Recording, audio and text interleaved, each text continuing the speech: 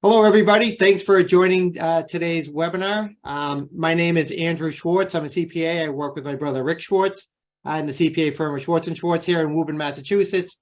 We work with about 300 dental practices on a regular basis. And by working with them, we're hearing about the challenges that our clients are facing on this. The whole industry is changing.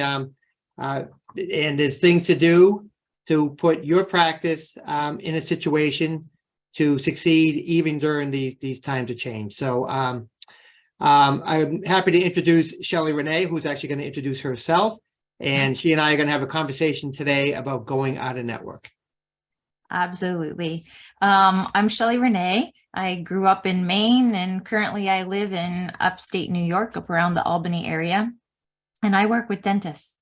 Married to a dentist, we own our own practice. So inside, outside, upside down, I understand dentistry.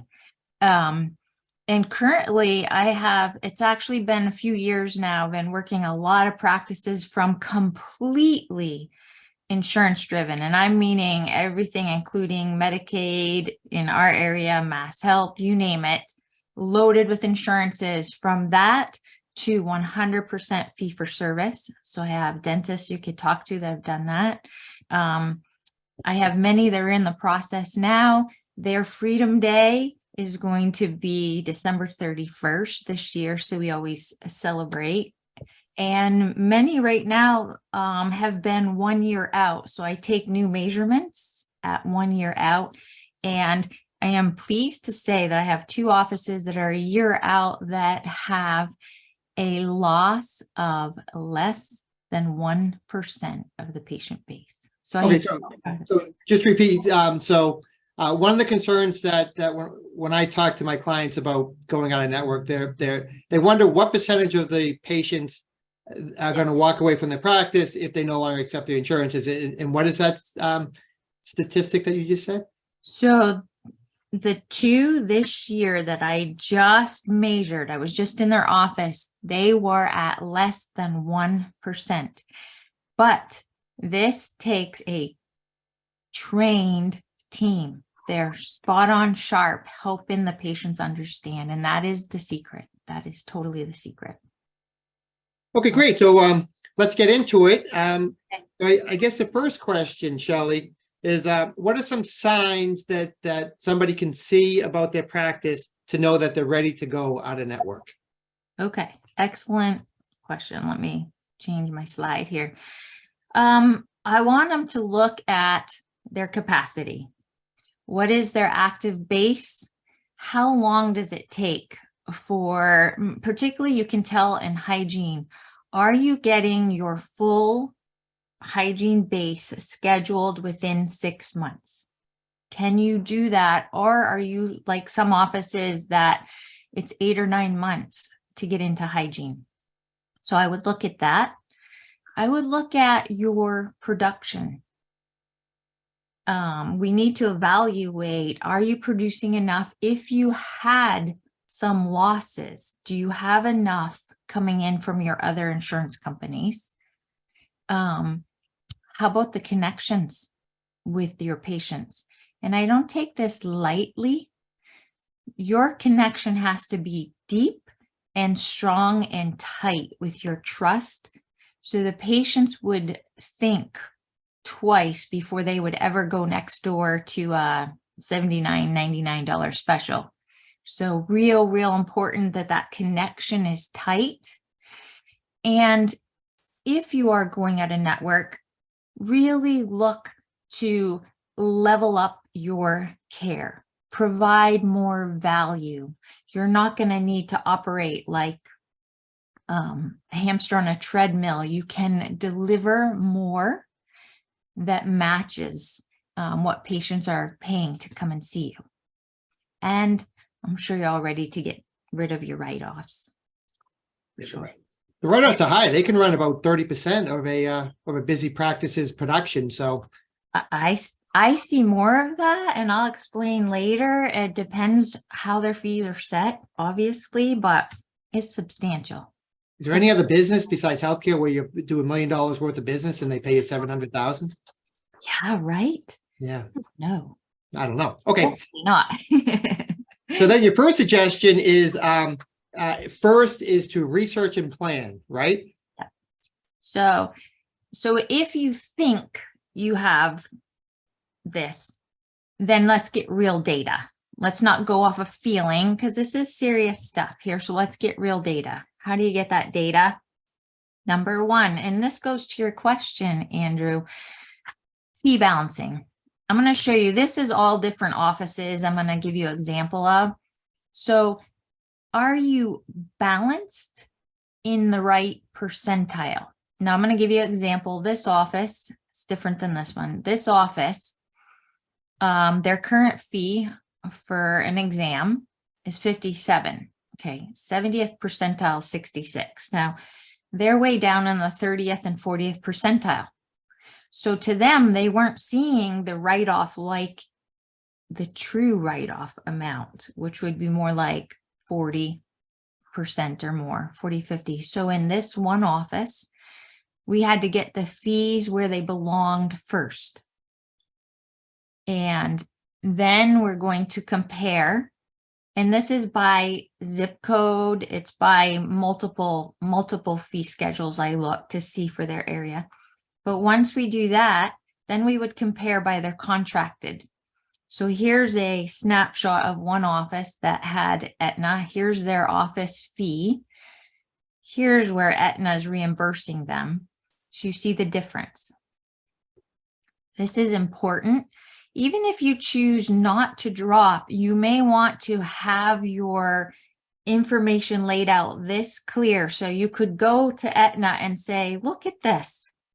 I can't operate with this much of a write-off. And it may give you leverage. Actually, I've had offices that use this chart, and it does give them leverage to renegotiate specific fees. So that's one way. Shelley, I was going to ask you, is this something that you got from the client, or is this information that you put together using your software? I put it together for them. Yeah, I have a dashboard, but I pull it out and put it on spreadsheets for me. That helps me gather it, and then I filter it so that we can see truly what's happening here. Okay, so they're not bombarded with information. The information you give them is easy to understand. Right size. Yeah. So as a matter of fact, let's take a little bit of a deeper dive in what you're talking about here. Okay, so this would be like step one. Get your house in order, get your fees where they belong for your area. Now let's look at the insurance plans. Now, this is a lot of data, but I want to break this down a little bit for you. What I did is I pulled data from a plan, and I wanted to look at the major plans that they participate with. So that's what's in this column. I want to look at how many people are attached to this plan, right? How many people are attached? What part of their total base does it represent? How much value are these patients bringing? And what part of your collection does that represent? So this way we can be extremely strategic and say, we can compare. Now I'm going to give you an example of why I put two charts side by side and show you how I filter the information. So this office was talking about going out of Aetna, let's say. So the data showed they had 389 people. Now, when I looked at the filter, there were a lot of patients that had not been in. So if an office is only looking at the number of people, which their software will show, it's scary because this office is pretty well balanced, but some of my practices, it's 800 people attached to one plan or 900 people. It's scary. So you have to look at more than that. So I filter out patients with a zero balance. That means that they've been inactive. They haven't been in, at least not this year. And so when you take a deeper dive, so this example, I'll show you Aetna, we took out the patients that hadn't actually had dental work this year. So we're truly talking about 184 people are contributing to this income. So if you saw 100 Aetna patients leave, you don't have to worry because they weren't seeking care anyway. You can look at your number, your balance. Am I talking Greek? Probably. Okay, you're kind. But that's important. So when we talked on the other screen, what is your capacity?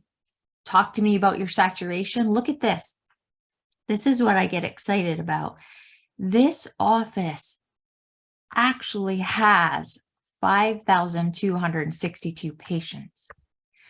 Their capacity, their doctors, the amount of hygiene they have available is they can only fit in a year's time this. Shocking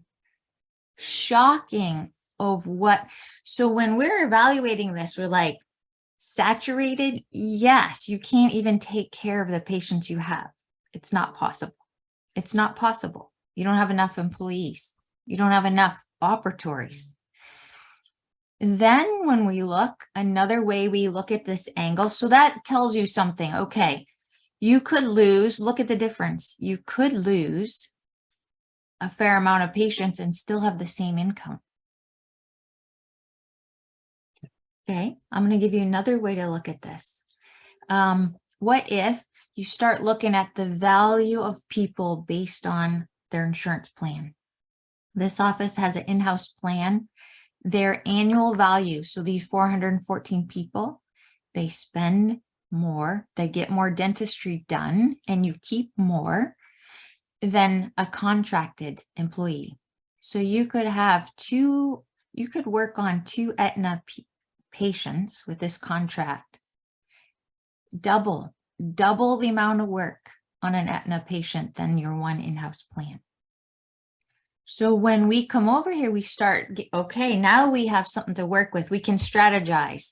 Yes, they're over capacity by far.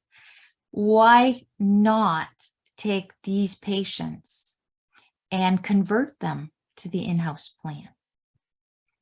So there's all kinds of strategies here. There's so many I would love to share with you, but this is where the rubber meets the road. This is where we get into true details. What are you collecting? What is your base? I link it like an insurance, like your financial portfolio. This is a insurance portfolio. And I like you to balance. So if you are really top heavy in Delta, now I have an office right now that was 40% Delta. And I just talked to someone the other day, 53% Delta. Okay. I might say to you, we need to mix it up a little bit for a year. We need to make a concentrated effort to grow these other plans and start squishing out your Delta. Or we may start converting people to some in-house plans. So there's all kinds of strategies. But if you take this amount of time on this level, you're not walking in blind. It's not so scary to do. Any thoughts or questions on this one? Look to see if anybody has any questions. Does anybody have any questions they want to type in before we move to the next slide? But what you've seen is these 2 that you've highlighted in yellow. If a practice does go out of network with them, those patients don't necessarily leave the practice. They just move to the top and they just become in-house patients. Exactly. I have no intention of losing anybody Did we do at it all. Yep. Okay. Okay, so the question is, why would an insured patient pay for an in-house plan? So excellent question. Here's the thing. Many of our patients have to purchase the dental rider. It's not an automatic given. So this is what I say to the patient. If this is a Benny, It's a perk from your employer. Keep it, use it. Anything you get from them is a reimbursement. Now, when you're going out of network, they can still use it, except for a couple plans. They can still use it in your office. And it's a perk. It's like a coupon towards their work. I think what he's asking is, when you put in-house, is that an in-house membership plan, or is that just they're a patient of the practice who's out of network? No. So fee for service are the out of network people. Yeah. The in-house is they purchase a plan you've set up, you control the membership fee and the rates. Very important. Okay, that's an important part about going out of network, you feel? Big time. That's one of the strategies. We'll get into that actually in another slide. I can't wait to hear about it. Okay, so the next question we have has to do with changing the makeup of your insurance portfolio as the next step. Okay. Yep. So before I go there, I want you to see the percentages of insurances. This office is pretty balanced. But when I say change the portfolio, what if you were heavy in CSEA and very little in the other plans? I want you to know, oops, let me change the screen, that you're not a victim. So people will hang their shingle and sign up with plans and they just wait. Well, what happens is you're going to fill up with the least reimbursing plans because it's less expensive for employers in your area. So they're going to purchase this plan as a benefit. So if you are not watching carefully the makeup of your patient base, you're going to fill up with whatever plans, not necessarily ones that are helping your practice at all.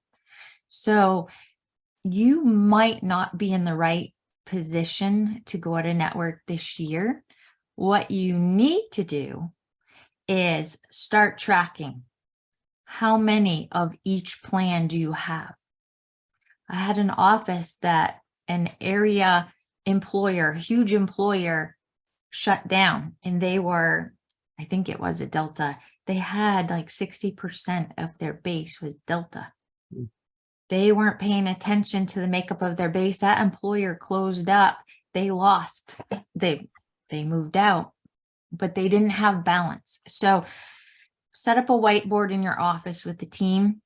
Start tracking what's coming in the door. Start keeping track of, or set up a campaign. Actually go to your highest paying insurance plans, find it. If you're heavily insurance, go to that employer that provides it and offer something. Do a community day, do something to get more of those insurance plans in your door. In-house plan is always one of my top priorities. It's paramount to get in your office. Absolutely. If you're thinking of dropping insurance, you need an alternative offer. And here's a cool thing that I've learned over the last couple of years. And everybody said it's not possible, but I actually have the emails from Delta. We asked the credentialing and provider relations in Delta. We said to them, this was back during the COVID time, look, this office is overwhelmed with patients. We can't keep taking new patients. Are we allowed to stop taking new patients with you? Now, usually this is a violation of your contract. In this case, Delta agreed. We were able to be taking off the web listing and we were able to stop in this case. Now, we didn't go out of network right away with this plan. We waited a year. We reduced the flow of all those Delta patients and we allowed the practice to become more balanced. So we completely changed the makeup base of this practice. So that's pretty interesting. So one of the suggestions is to get ready to go out of network with the insurance companies. One of the things you consider doing is adding insurances in the short term. Not adding. You want to change the makeup base. So you want to maybe encourage more, like pick a couple of your higher reimbursing. Like if I go back to those slides over there, like CSEA was higher reimbursing for this office. That was not one you're going to knock out of your practice right away. So you would allow that. You would change the makeup base. And does that make sense? Yeah. Unless there's any questions. And that just helps mitigate the risk of going out of network with certain of the insurance companies. Yep. Absolutely. Absolutely. Excellent. Yeah. And part of research is knowing, okay, what is your cost per procedure? Are you covering your costs with these contracted amounts? In a lot of cases, like you saw that Aetna, $38 of reimbursement on something. Come on. You're trying to do this. You've got a front desk trying to schedule for you. You've got your clinician. You've got your supplies. That's not covering your overhead. Every time you go treat some of these contracted patients, you are going in the hole. I have to tell you that certain procedures you do is costing you more than you're getting. And you need to know. You need to know where your numbers fall. You need to know them crystal clear. Great. Are there any other money leaks that you become aware of during this process? Oh yeah, good question. Yeah. So say you're gonna take the plunge, you're gonna pull the trigger. I want you to pay attention to everything that's been loosey-goosey in the office. What I'm saying is many of our offices they're running at breakneck speed and money's leaking everywhere because they had such high volume. So collections isn't happening. Hygiene department, have you fully utilized the department? Where's your perio percentage? What I'm talking about is upping the value of what a patient will receive in your office. Is the care better? What services can you offer? Can the front desk double down on the unscheduled hygiene, unscheduled treatment? Get that money back in the door. Chase these insurance companies that are lagging so that your revenue stream cleans up. So this is a counter to balance you and to protect you when you make the decision. When you make the move, you are cleaning up your house and all these other systems. And that's going to protect your revenue. And not only that, the experience for the patient goes way up. You have the ability to sit with them. So there's a massive amount of untapped revenue right now, even if you don't go out of insurance and you don't get any other patients, shut the door, you still have revenue. So actually, we got a few questions from the last slide. So so one person asked, I think I heard you recommend keeping the insurance plans that patients do not have to pay out of pocket for. No, I don't pick plans that way. So I pick plans based on how they benefit the practice. So the insurance plan has to cover your overhead, has to, not be hurting you. The only reason you keep any of these contracted insurance plans doesn't have to do with the patient as much as it does your ability to continue to deliver the quality of services. Patients will stay and they will pay a copay, they will pay an out-of-pocket if you have value. any place they put value, they will spend the money. They put value on getting their hair colored or their nails done, which costs more than a hygiene visit very often. So it's about switching how you operate, raise the level of the services you deliver, and patients will pay for it. And then the second question is, somebody asked, is there a checklist for things you are discussing on this webinar, or is there other places that they can find this information? Yep. Actually, so a money leaks checklist, I have that. It's a free giveaway on my website, but it tells you where to look. A top one is people skipping hygiene department. So they're coming to the doctor's emergencies and they're skipping hygiene. You can find that leak and multiply that times your average hygiene visit times 2. That'll give you some idea. One office, like 700 people were skipping, and times their hygiene visit, it was substantial. In 2 leaks, we found 250 grand in 2 areas that we could close up. So what I'm giving you is, here's the remedy. If you're going to let go of something else, I want to show you where to get the revenue instead, in case you lose more of your base. Yeah, so that other person followed up. I see what she's asking now. So she's asking, but I think she said, that's you, if the employer offers the insurance as a free benefit, then the patients would not pay for an in-house membership. The in-house membership would replace I see what she's saying. So she's saying, if someone's getting insurance from the employer and you're out of network. Don't. So 2 choices. The employer pays 100% your dental plan. It's a freebie, use it. It's a coupon towards your work because you're at a network.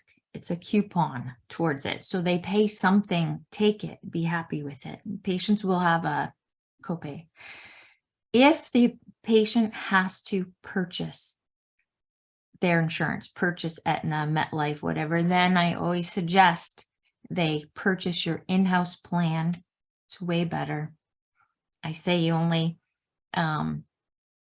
pay for what you need, like the Liberty commercial. If you don't need any work, you're not paying for it, but your hygiene, your preventative is covered. I hope that was clear enough, or reach out to me. We can review. I think it's so if somebody's on like Cigna and Cigna's paying $60 for a cleaning, they wouldn't be on your in-house plan. They would just apply the $60 towards your fee, towards the office fee. There's 2 different things here. Yeah. So you can't run an in-house plan when you are contracted with insurance. The patient can't have both unless they've exhausted all their insurance plan. So it's an either or. A few more questions. The person who asked about the checklist, that's shelleyrenee.com. A lot of E's in that. Only one N though, right? Yeah. Okay, and then we have a question. How do you figure out if a hygiene visit with, let's say, for a Cigna patient covers our cost? I know how much we get paid for a prophy, BWX, exam, but other than the hygienist hourly rate, what do we consider when factoring in what we were reimbursed for our costs? Is there a simple calculation to determine? So how do you figure out all the costs associated? I'm so glad we have an accountant sitting here. This starts getting into that. It involves the total cost. You would need all the expenses of a practice combined, your taxes, all your overhead, divide it down by the amount of hours. You can divide it all up. Andrew knows really how to do this. Good. Yeah, we actually don't do that, but that's interesting. This is very important to do. So do you back out supply? No, I guess you would include supplies for back out lab. It's up to you. You can back out the doctor benefits, the doctor compensation if you want, or keep the doctor compensation in because you need to cover the doctor's salary. But and then you can do it based on time. You can take all your expenses divided by how many days the office is open. If you want to divide it down by procedure, this can get very granular if you want to go into depth. Some, it's something worthy of looking at. On those extremely low reimbursing plans, I bet you that you're barely covering it. You need more employees, you need more supplies, and your reimbursement's less. Like the example I showed you, it took 2 Aetna patients to equal 1 of their in-house plan patients. So this is about not working so hard for less. That's an interesting exercise. So we don't do that. We do it on the macro level. We know how much profit there is compared to collections, but we don't have an hourly overhead rate. That's something I got to think about. Thank you. That was It was real important for us to good have question. it. Yeah. Okay, where are we here? So after you figure out the money leaks and tighten things up, you're recommending to set a timeline with 4 dates? Yeah. 5 dates. 4 or 5. I added more since no. Okay. You're feeling confident that you've checked all your boxes, you've done intense research, and you're ready. This is the order. Okay. Don't people jump and start sending letters. Please don't do that first. Please, please, please don't start sending letters. Okay. You start with your team training first, and we're going to get into that in another slide. But once the team is fully on board and their verbal skills are top notch, then we tell the patients in person. And the timeline on that depends on your base. If you're getting people in every 6 months, then take 6 months to do this process. If your base can't get in the door maybe once every 8 months, you would take 8 months.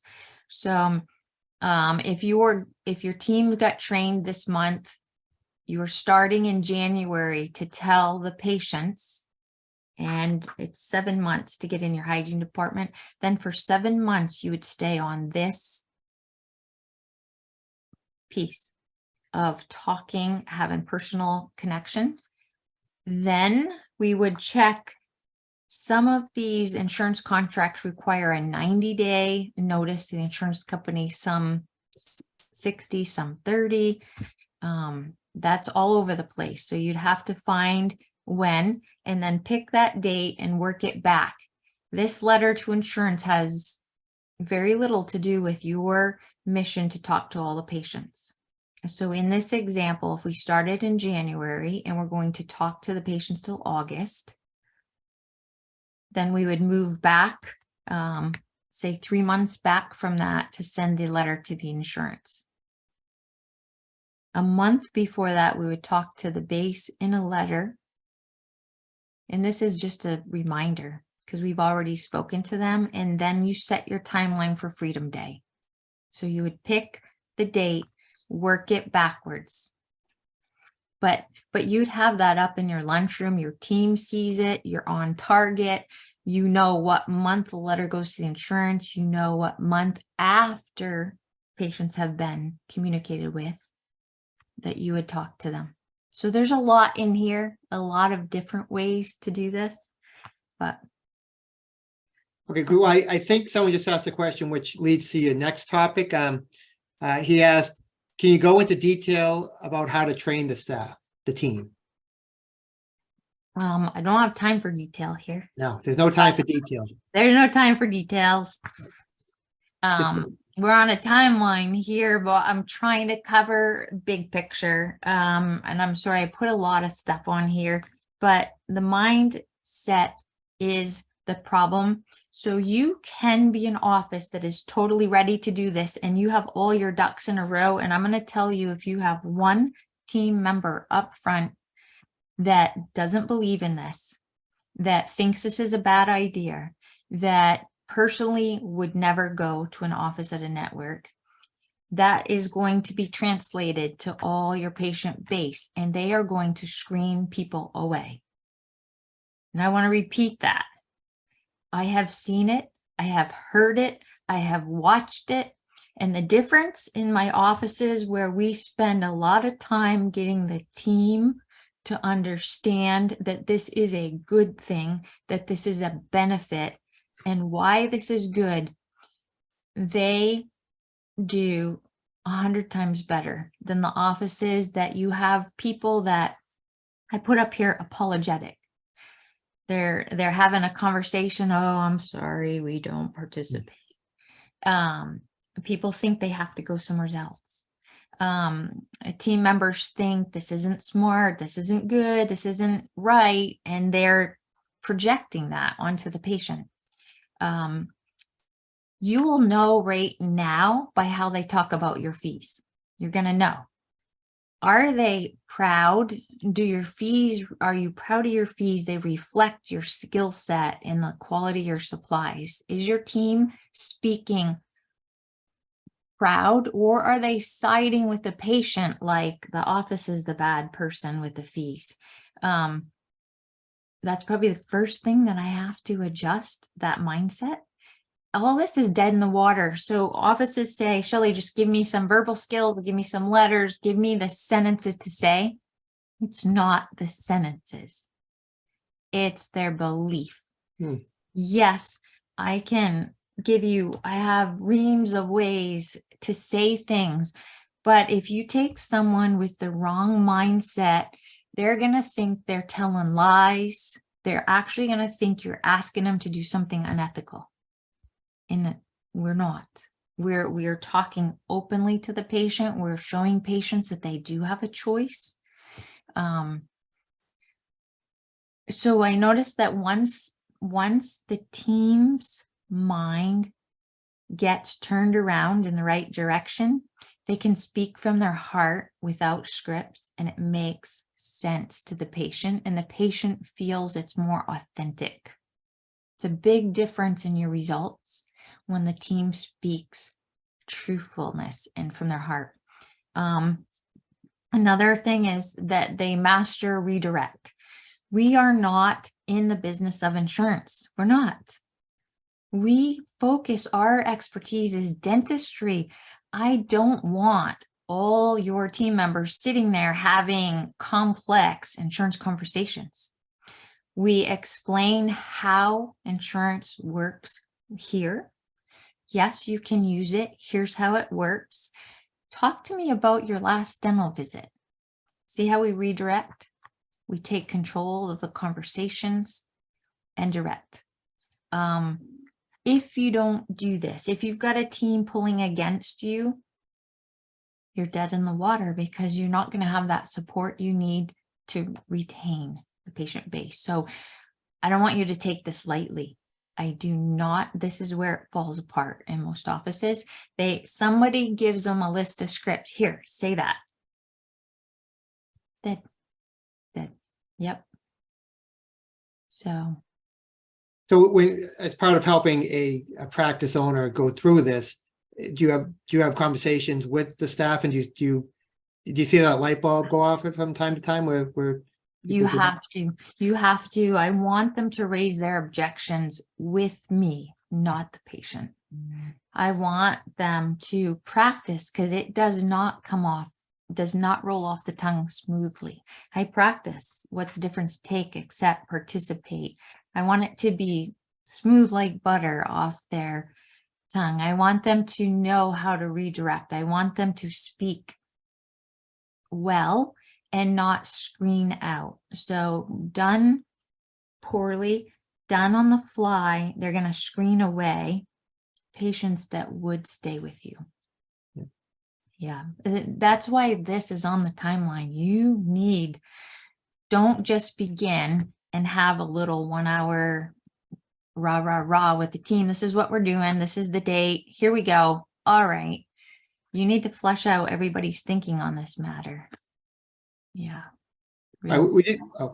We did get a follow-up question to one of the earlier questions. So should we consider getting rid of low reimbursing plans if we don't yet have our own in-house plan first? Well, you're going to have some time. I suggest get your ducks in a row for better results. I want you to say, well, is your employer providing this? Keep it, because you can still use it. Or if you have to pay for it, this is what we have. So you be the queen of short menus, either or. We have this for you and we have this for you. What works? I love to keep it simple. I would like you to be ready, and this works beautifully. Shelley, for the in-house plans, do you recommend one of the third-party vendors or using their Dentrix or EagleSoft, or what do you think? So this is a tricky one, and so I'll just say nicely, I am a fan of making your own in-house plan. Different offices with different situations might benefit from somebody else's plan, but the whole point of going on a network is that you're not paying somebody else your revenue as an owner. You're cutting that down. And when you control your plan, you're not paying for any administrative rights, and it's not somebody else taking a piece of every single visit. It's staying in the office. But that's a deeper subject that I can get into. I have a lot of offices that have the third party, and I have a lot of offices that have their own.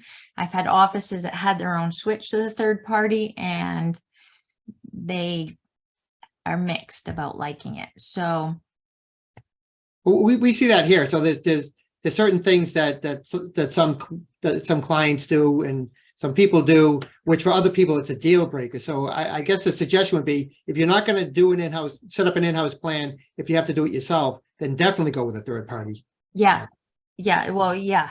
And this is not hard to administrate. No. It's very easy. It's very easy. I can talk to people about that. Yeah. I guess, it would be intimidating too, but either way. Yes. All right. So let's finish up with the process. How, where, and when will patients be informed? Okay. So this is a big piece that I don't see done exactly right everywhere's. Timing is important. So if and I mentioned it twice already, if your base isn't getting in twice in a year, if it's once every 8 months, then you need to take time to talk to them personally, because the belief system of our patients is that they can't come to us if you don't participate. And so you need time to spend with them. And when do they get the most amount of time? It's when they're in the hygiene chair. This is when you can clean up the undone treatment. This is when you can explain to them and hold their hand when you reschedule. So this is a full team, all hands on deck. So led by hygiene, total support by front desk. So I have a system, how they tag team that. We have a system where this is documented, how many mentions this person has and how to document that they're aware. Then make your process. What about unscheduled patients that are on this plan? What about unscheduled treatment on this plan? Will we be able to quote them appropriately?